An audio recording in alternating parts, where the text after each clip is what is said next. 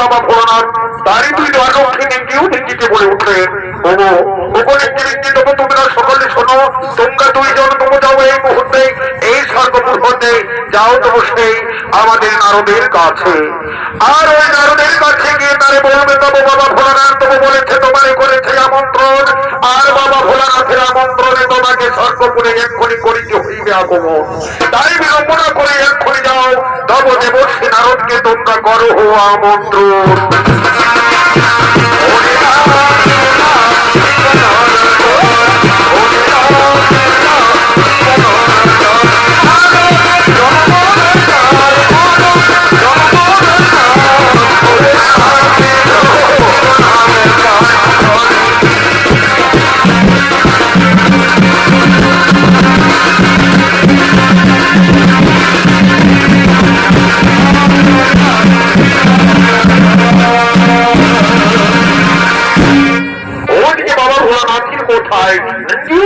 আমন্ত্রণ করেছেন ওই নারদকে, তাই ততক্ষণে নারদ বাবা ভোলানাথের আমন্ত্রণে আমন্ত্রিত হয়ে মহা আনন্দে সে হরিনাম গুণগান করতে করতে তব সেই স্বর্গপুরে বাবা ভোলানাথের কাছে করেছেন আগমন।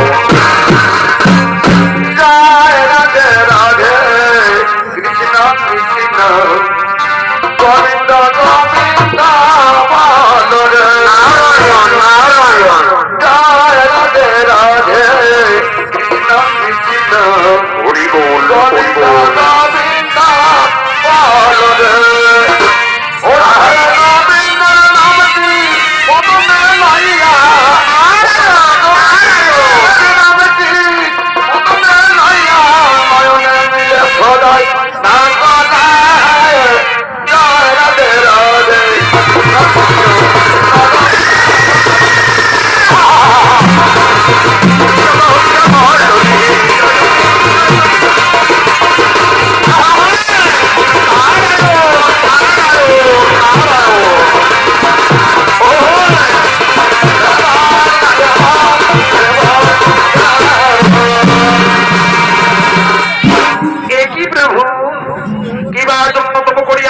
আমন্ত্রণ কিবা মোর প্রয়োজন কিবা জন্য ডেকেছ তো ভাই স্বর্গপুরে। আপনারই তো ডেকেছি এই জন্য, সেই 10 বছর পূর্বে আমি যেমন ভাবে করিয়াছিলাম এই স্বর্গপুরে আমাদের সেই নিত্য উৎসব, তাই সেই নিত্য উৎসবের আমি করিব আয়োজন। তাই তো তোমারে ডেকেছি তো ওই সমস্ত দেবগানের করিতে আমন্ত্রণ।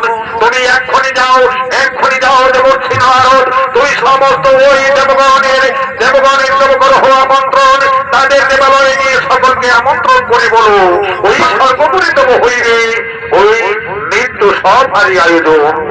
তাই হোক প্রভু তাই হোক, আপনার কোথায় ছিল ধার্য।